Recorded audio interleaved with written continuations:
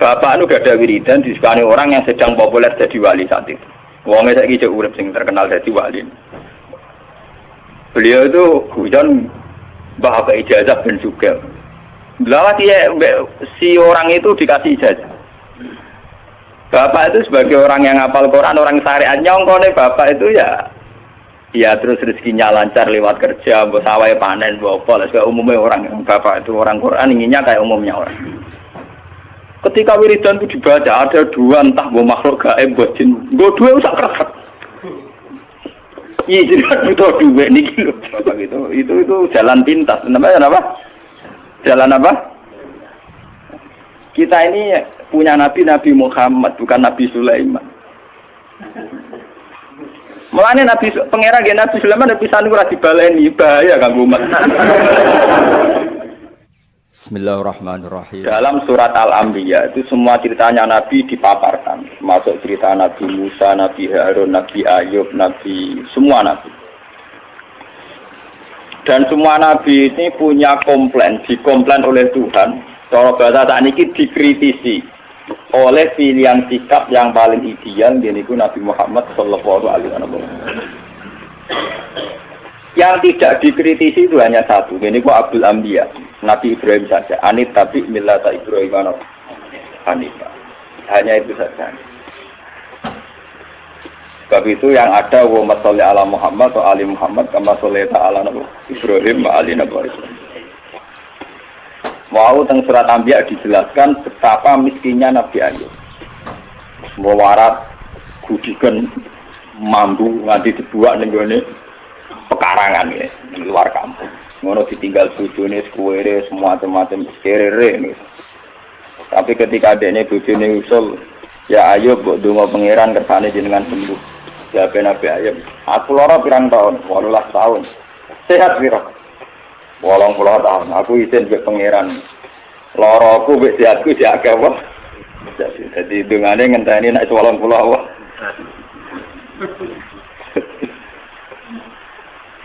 Aku lola jadi gaya sini gitu ora tapi yang gereling Nabi Ayub itu meriang.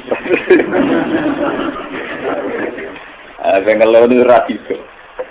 Wong loro lagi seminggu gegere ra karuan, padahal sehate puluhan tahun pelepak.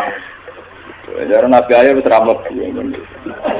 Artinya sampean kalau tidak niru Ayub lewat kiri pun tidak jadi wali ternyata. Sudah kiri enggak jadi nopo. Parah nih, parah. Tapi Nabi Sulaiman kebalikan, dia itu Nabi yang tidak pernah punya masalah sosial ekonomi maupun kepangkatan, karena dia lahir sudah jadi putra mahkota. Kalau Nabi Daud untuk jadi raja karena berhasil mateni sinten Jalut. Tapi kalau Sulaiman sudah bin Daud, jadi dia mulai kecil langsung pun putra nopo mahkota, terus langsung jadi raja. Itu diceritakan Al-Quran ketika dia mengalami satu peristiwa burung hudhud itu cerita nak nenggone Yaman. Sabak nu nak saniki dari putih Yaman. Yaman nu sing saniki nu riyen kaum Ad, kaum napa? Ad. Riyen istilah Sabak terus mundur Ad. Badhe kaum Ad dimusnahkan semua terus wong Arab darani Hadramaut kota napa? Mati. Bareng singgoni Sayyid Ali Al-Muhajir, Sayyid Ali Al-Uraidi golongane para habaib, ora darani Hadramaut terus darani napa ya? Gila nama Yaman itu diambil dari sebagian pinggiran Ka'bah, sisi Ka'bah, ada yang darani rukun apa? Yaman itu tafaul karena arah ke Yaman. Gila tapi bagian pendapatnya. Walhasil itu cerita, saya ini menemukan seorang ratu perempuan yang memimpin kerajaan besar tamliku humba'u tias mingkuli syai'in walaha arsun. Arsun azime Bilqis itu dalam 7 pintu gerbang. Jadi kamar pribadi ini ning jero ruangan sampai 7 lapis. Sistem keamanan sampai nopo? Saking supaya aras hingga tanahane dekne udah tersentuh oleh musuh sampai 7 nopo?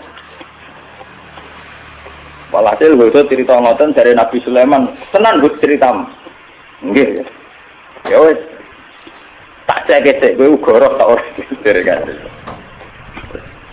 Walhasil ketika Nabi Sulaiman memastikan bahwa ceritanya itu benar, dikon kirim surat. Iki teron ning sinten Bilqis, ratune jenenge apa? Innahu min Sulaiman wa innahu bismillahirrahmanirrahim. Allah ta'ala alayya wa atuni napa? Terus kira esbok kaya no surat saat ditompo summa tawal antum pangkur madarjiun. Kamu dekat-dekat situ tapi yang kira-kira masih dengar reaksinya Bilqis akhirnya karo sakniki konsultasi mbek para punggawane. Ini ulqiya ilayya kitabun karim. Aku untuk surat. Innahu min Sulaiman wa innahu bismillahirrahmanirrahim. Walhasil Bilqis akhirnya konsultasi. Abtuni fi amri ma kuntu qati'atan amran hatta tasyakin. Abtuni fi amri, coba kami beri saran. Saya tidak akan memutuskan sebelum kamu ini memberi saran. Kata pasukannya Bilqis karena mereka merasa yang terkuat, qalu nahnu ulu quwwati wa ulu ba'sin jadin. Kita ini biasa perang, kita ini orang-orang kuat. Terserah Bilqis memutuskan apa, kami yang jelas kita ini orang kuat, siap perang. Dari Bilqis, tidak, jangan perang dulu, kita tes, kita kasih hadiah. Kalau Sulaiman menerima, berarti dia hanya seorang raja. Kalau dia menolak, berarti dia seorang nabi. Dia terus kirim hadiah, wow. 1000 batangan botol emas dikirim teng sinten Nabi Sulaiman. Terus sing cara Siti Jenare sing Sasmita Gaibe niku wong lanang dipacaki wedok, wong wedok dipacaki lanang. Dadi kok cerita Sari Hidayat wong mbek putri Cina sing hamil darani meteng, sing ora meteng, sing ora meteng darani napa? Hamil. Akhirnya untuk wali kan tadi itu. Enggak ceritanya bodoh Nabi Sulaiman gara-gara anak Bilqis untuk apa? Wahyu kan. Jadi mulai dhisik ku Nabi yo ya kita wali sono bar menang ya terus napa? Wahyu. Riyen dereng enten undang-undang niku kriminalisasi niku. Mergo Nabi ku langsung di bawah hukumnya pangeran. Tane iku lak di bawah hukum negara. Jadi nasibnya luwih siap. Padahal cara Siti Jenar kalau Siti Jenar bareng dipanggil Kalijogo, kamu dipanggil Raden Fata. Siapa Raden Fata? Dia raja di Demak Bintoro. Atasan kita semua. Saya ini wali, atasan saya hanya Allah. Saya ini wali, jadi atasan saya hanya Allah. Kalau Allah yang nyuruh saya ke sana. Nanti ngomongin Raden Fata lagi. Gue tangkap elek tapi ono bener. Nah, nek kula niku termasuk setengah wali teh setengah wong syariat. Artinya nak wae bayar pajak ya kula bayar pajak.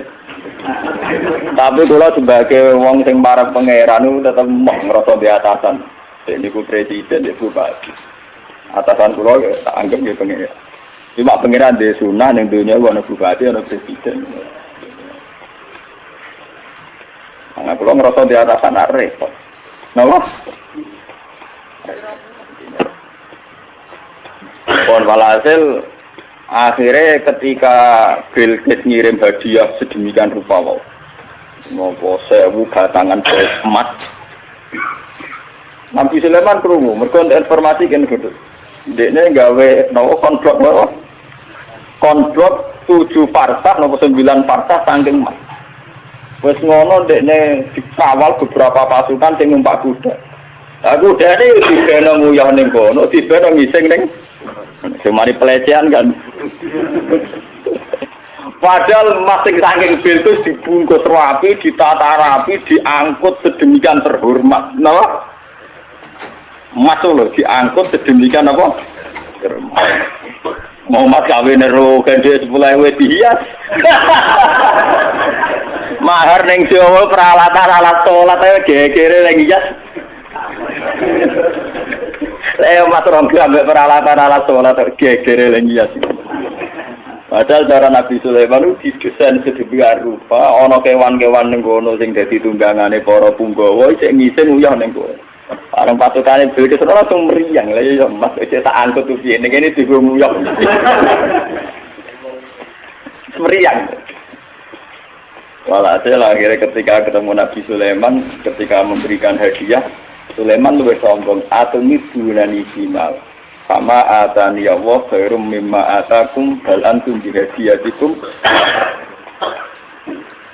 Aku suga-suga wong. Mas-mas tu ning dalan-dalan tak nggo dalan. Tidak sing iki buka emas tak nggo. Wong kowe nggo emas cek temen. Bal antum bihadiyatikum napa? Dan ini ilmu sing kula tiru. Abu Yazid Al-Bustami ulama-ulama dulu itu begitu. Jadi nak ono pejabat ngekek duit ditakon. Duit itu sudah menopo. Iya kan gini. Nah, jadi kan gitu. Kita lu pengalaman jinan cara nganggo duit di bank kulo.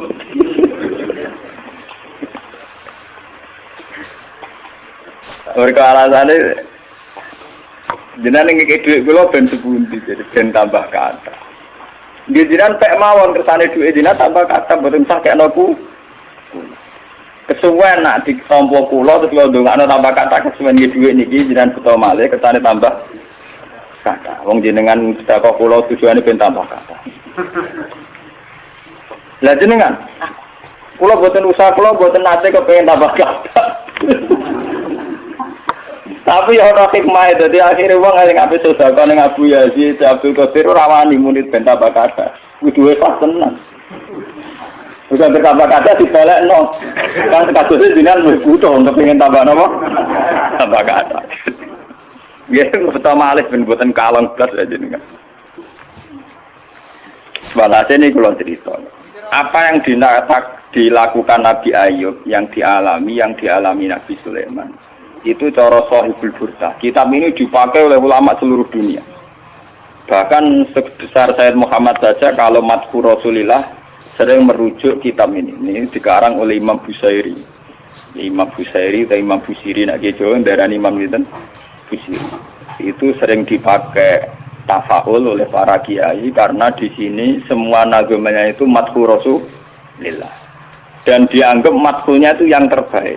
Jadi di antara syair-syair yang memadhur Rasulillah, muji Rasulullah, yang terbaik itu nagaman itu Syekh Busiri. Karena dikombinasikan oleh paham sufi kelas A. Okay. Paham sufi kelas nomor A. Buatan berbau si A, ya ada berbau ahli sunnah, pokoknya kelas A sufi ini. Yura sunni, yura apa? Si A. Misalnya begini. Imam Busiri ngomentari wa kulluhum min Rasulillahi multamisun khurfam minal bahri aw rasfan minat ya. Nabi yang terlalu mengagung-agungkan kemiskinan sebagai media taqarrub ila Allah itu juga ujung-ujungnya itu kriminal pidana. Miskin itu baik dari segi bahwa orang miskin itu tidak makan syubhat, orang miskin tidak ngambil uang korupsi dan sebagainya. Baik. Dari segi menjauhi segala syubhat haram miskin itu. Tapi kamu akan merasa bahwa miskin itu adalah sebuah kriminal, sebuah pidana. Nak wong tua mloro ora iso ngobatno, ana kiaimu kelaparan ora iso ngekeki beras. Kamu sadar bahwa media pakai jalur miskin ada kriminalnya, yaitu tidak bisa berbuat sama sekali saat ada keharusan berbuat. Misalnya kere banget, roh yatim kere, padha kene njung sepuntene. Rombok meloro wis kejet-kejet. Mak mati wae mak ora iso ngobat. Kan ngeri. Tetap ada sisi kriminalnya. Paham ya? Ada sisi apa? Kriminal. Makanya miskin teman-teman oleh Nabi terus dikomentari ya tetap ngene iku wis kadal fakul ayaku ora apa? Kufra. Ngobatno boe kok milih mati. Mbok-mboke dhewe mak mati wae ngobatno ya ora aku. Sampeyan ya wis tuwa wae. Ya pancen ra diomongno tapi atine ngono. Justru ra diomongno ki tak munafik malah dosane tambah loro. Dosa melarat ra iso ngobatno ya dosa ning atine arep-arep mati. Nah, dari segi ini miskin itu masalah. Sebab itu Nabi sering ngendikan kadal fakru ayakuna apa? Bahwa kemiskinan itu dekat dengan kekafiran. Karena banyak orang yang punya sifat netral, misalnya perempuan.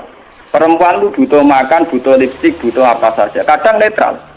Andai kan dia jadi pegawai pos atau PNS, dia mungkin tidak menjual diri. Karena masalahnya dia itu uang. Yang netral ya, yang tidak soleh betul ya tidak jahat betul ya. Yang masih apa? Akhirnya ujung-ujungnya dia terjerembab ke dosa menjual diri karena miskin.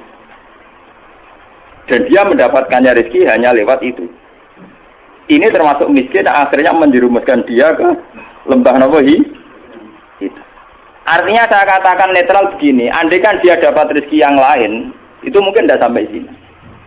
Makanya mengecualikan sing soleh kelas A meskipun miskin tidak zina, atau yang mentalnya nakal meskipun suka tetap zina. Ini contoh yang netral yang masih dipisah dipengaruhi uang.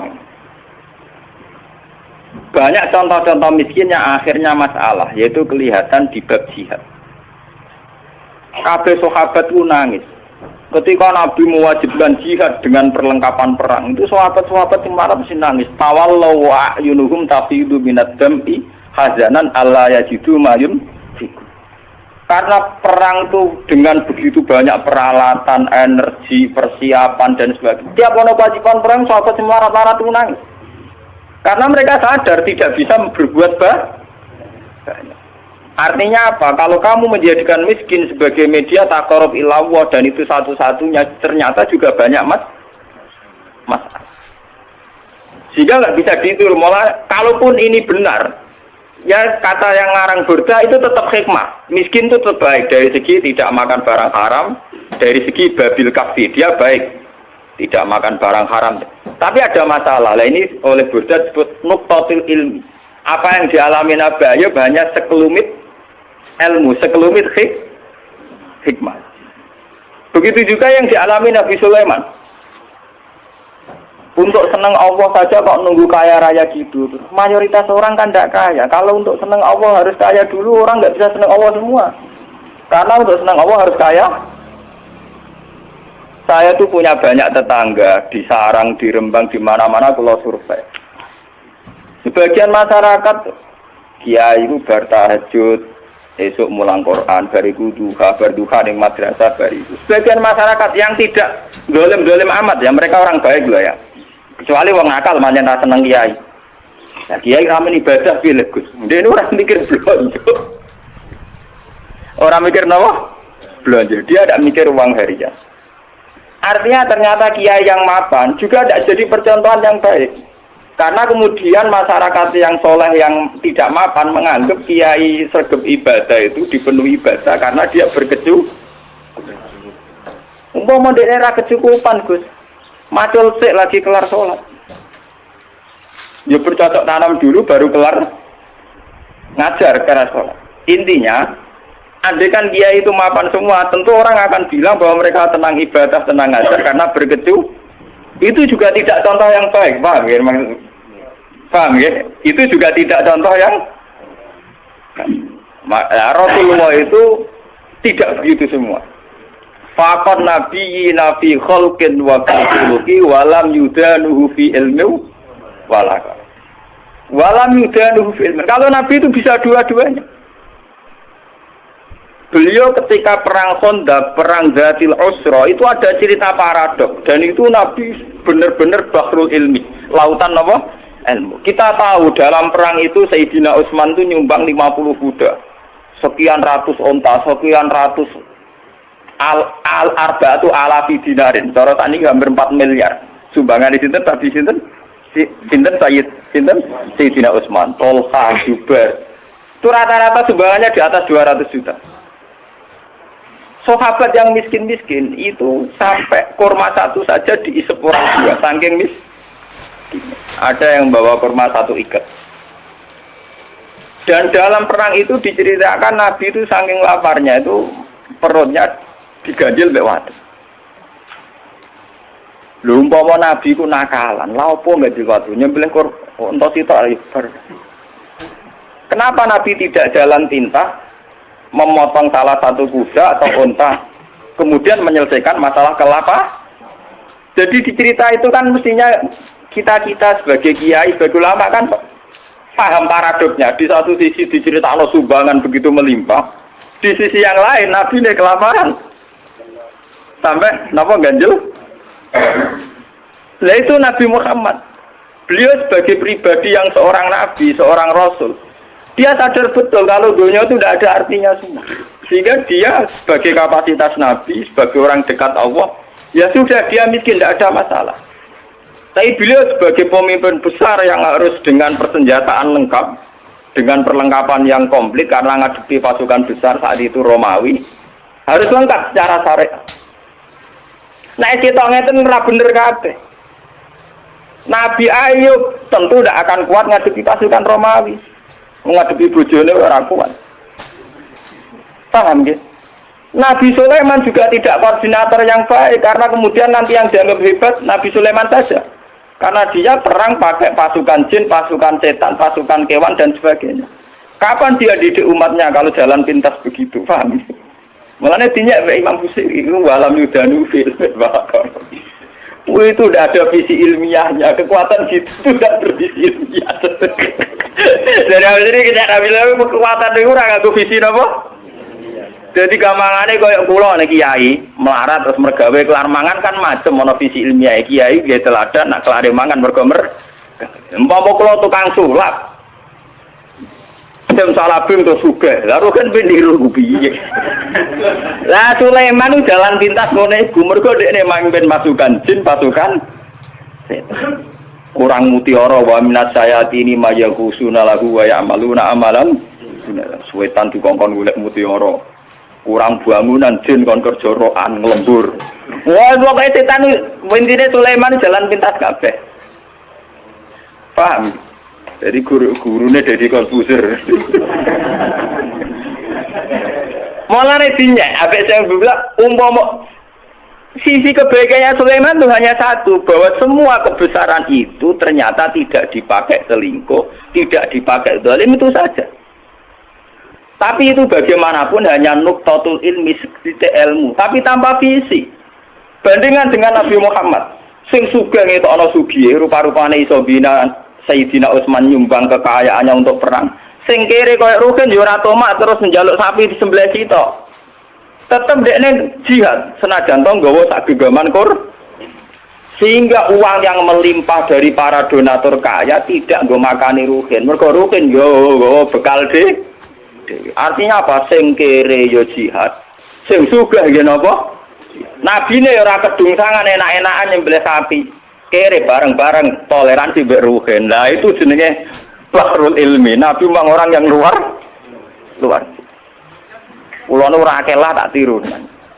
Kula nu kuwi melarat secara pribadi. Kula sebagai ulama, sebagai wali, sebagai orang dekat Allah itu ya biasa nganggep dunya ora ana artine kan. Ojo wali cara versine sampean, wali cara versine sampean kudu keramat, kudu heboh. Wali cara Quran itu gampang. Allah seneng wong mukmin, Allah waliyul ladzina apa? Aman. Asal kowe mukmin itu senengi pangeran. Ya cuma tingkat senengine kan sesuai kadar iman. Iman mbek ngontak ngantuk, mbek bingungan ya Allah senenge ya. Iman kok aman. Jadi kamangane ini lho pangeran mbek sampean jagal ini mulai kenal aku, mulai roh donga kok amen cerita kepentingane kowe iku kapan roh kepentinganku dari. Sampeyan donga ora nglapor kepentinganem ya.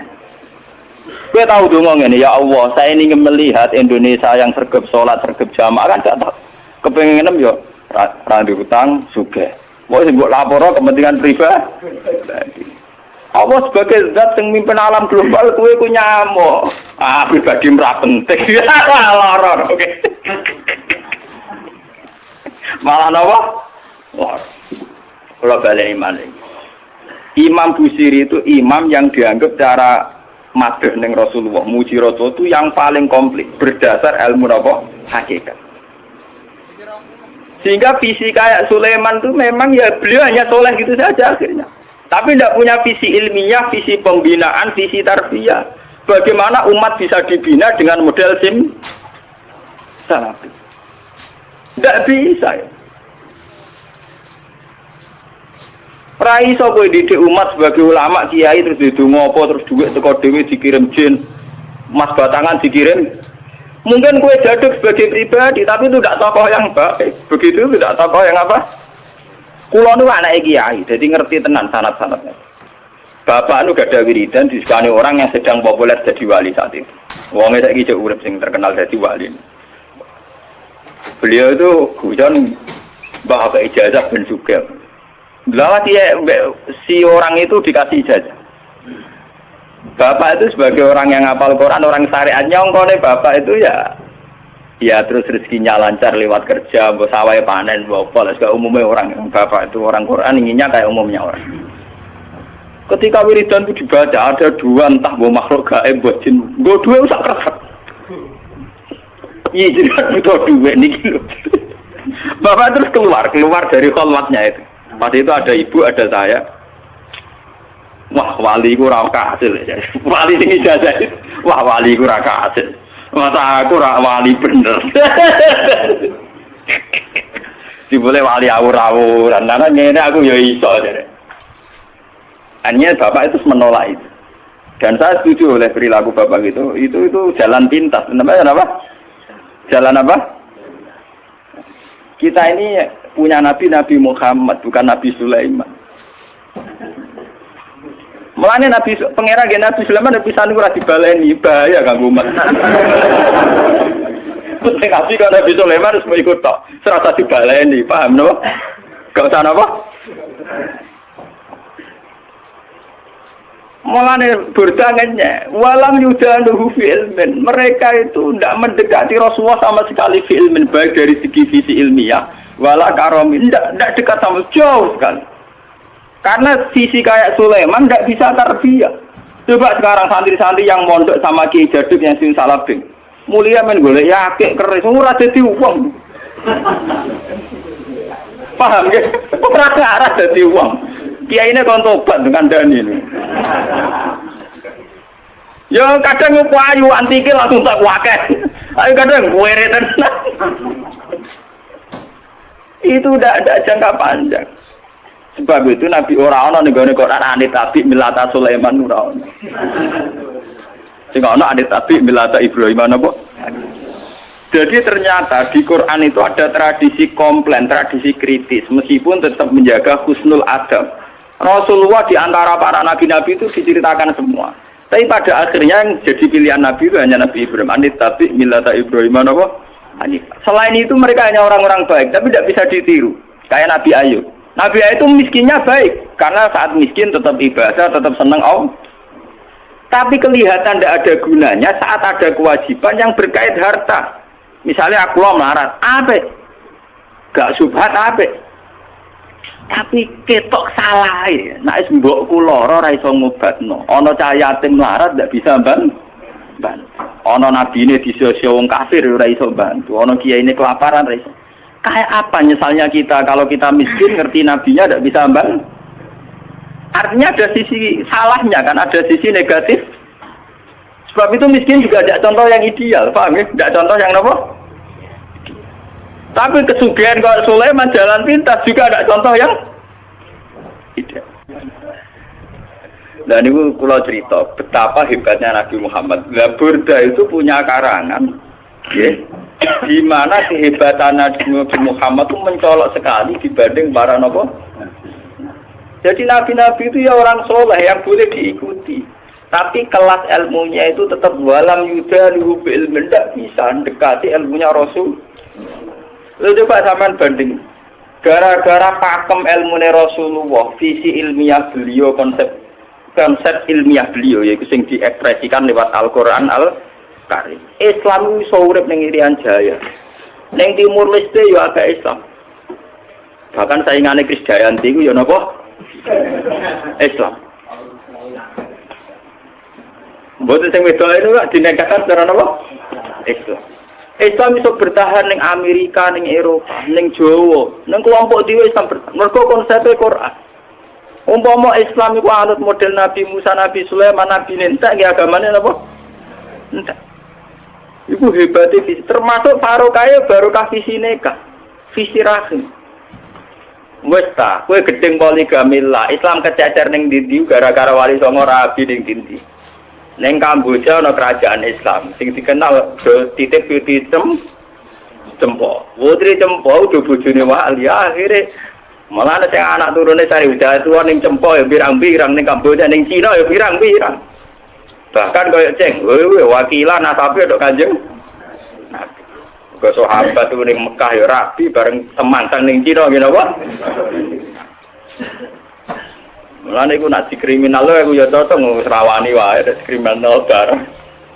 Tapi intinya itu visi yang bahkan secara moral gak pantas. Tapi akibatnya ketahanan Islam ternyata lewat fakta-fakta itu, paham ya?